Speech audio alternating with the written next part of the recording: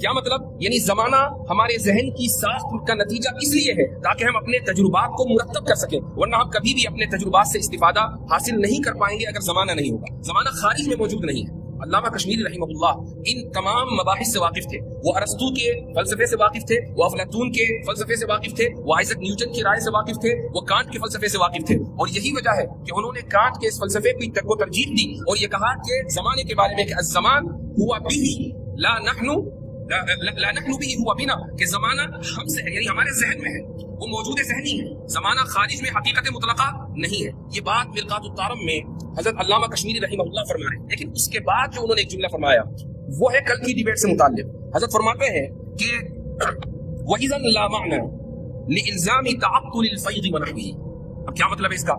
عبارت بظاہر جناتی ہے لیکن اس کے پیچھے وسیع مفاہیم چھپے ہوئے ہیں۔ کل جاوید اختر نے اپنی باری میں جب وہ ڈیبیٹ کر رہے تھے تو انہوں نے ایک بات کہی، انہوں نے یہ کہا کہ بھائی خدا اگر ہمیشہ سے ہے تو وہ کائنات بنانے سے پہلے کیا کرتا تھا؟ یہ سوال آیا تھا۔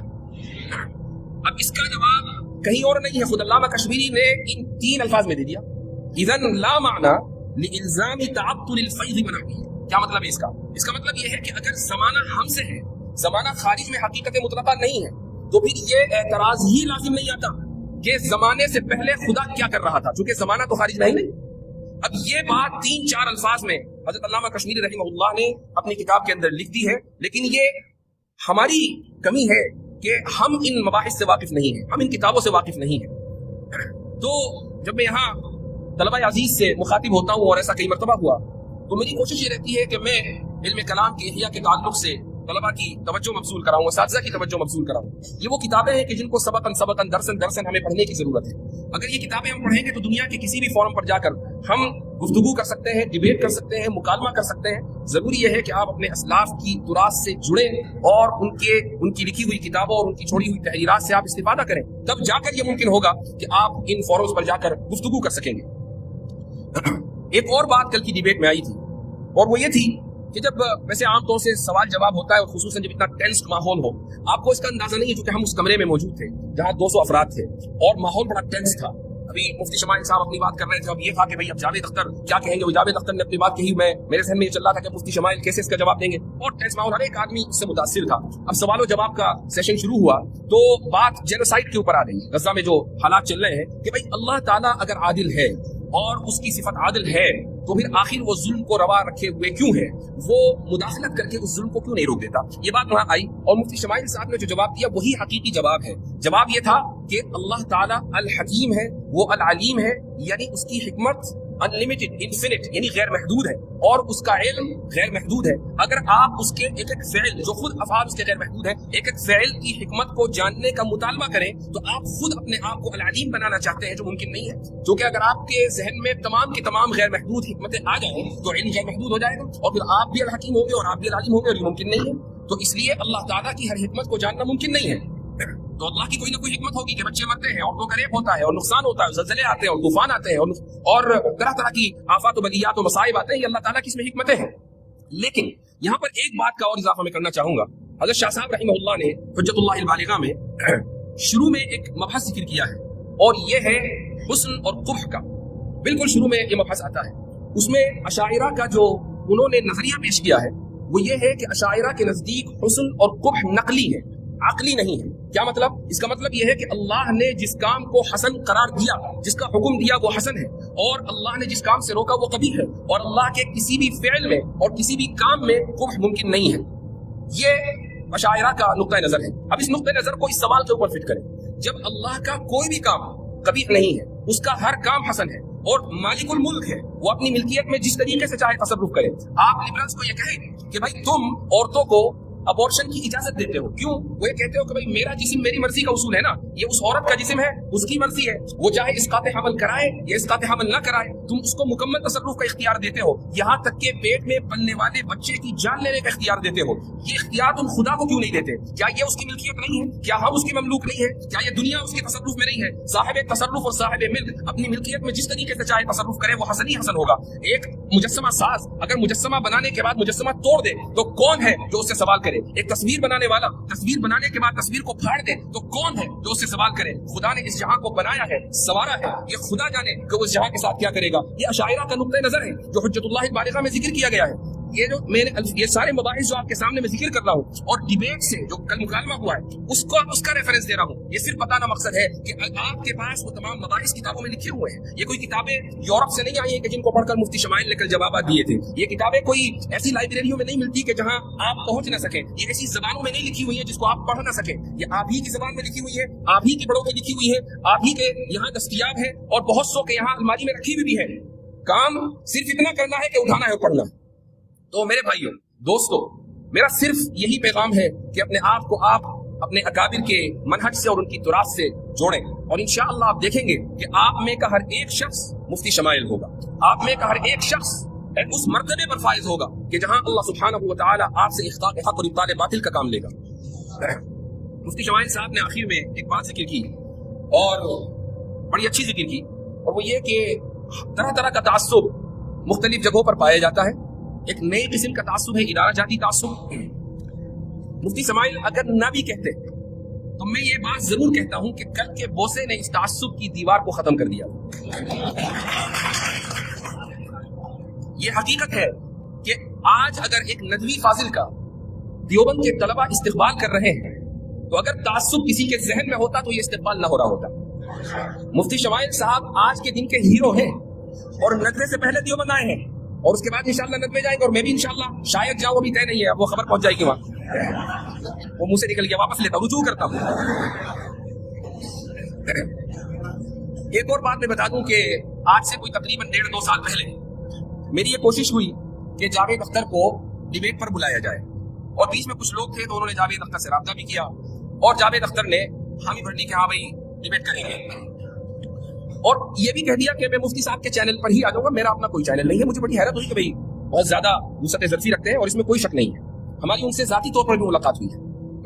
ابھی جو حضرت والا فرما رہے تھے کہ ان کے لیے دعا کرنی چاہیے، ان کی ہدایت کے لیے دعا کرنی چاہیے، بہت اہم بات تھی. تو انہوں نے اس کو قبول کر لیا، لیکن پھر کسی من چلے نے اویس اقبال والی ویڈیو ان کو دکھا دی اور انہوں نے کہا کہ بھائی میں ان سے ڈیبیٹ نہیں کروں گا اس لیے کہ یہ تو بولنے ہی نہیں دیتے.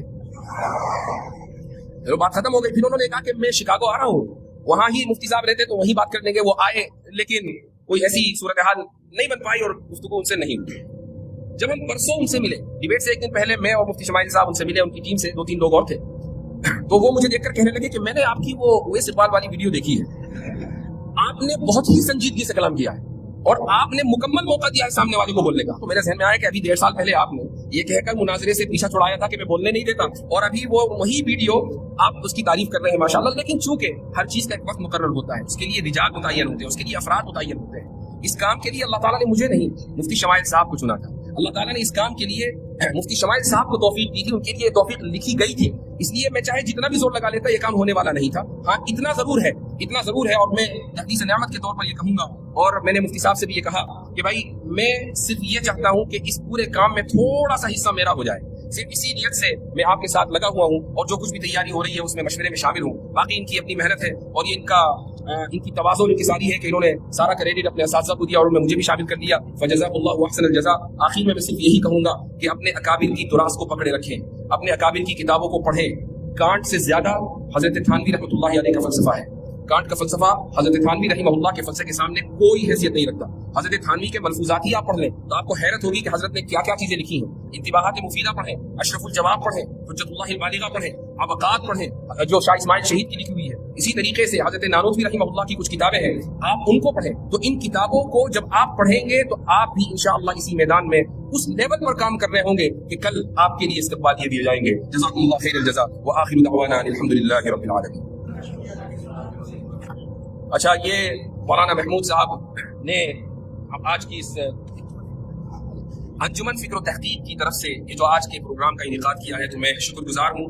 اپنی طرف سے بھی شکریہ ادا کرتا ہوں، مفتی شمائل صاحب کی طرف سے بھی شکریہ ادا کرتا ہوں کہ آپ حضرات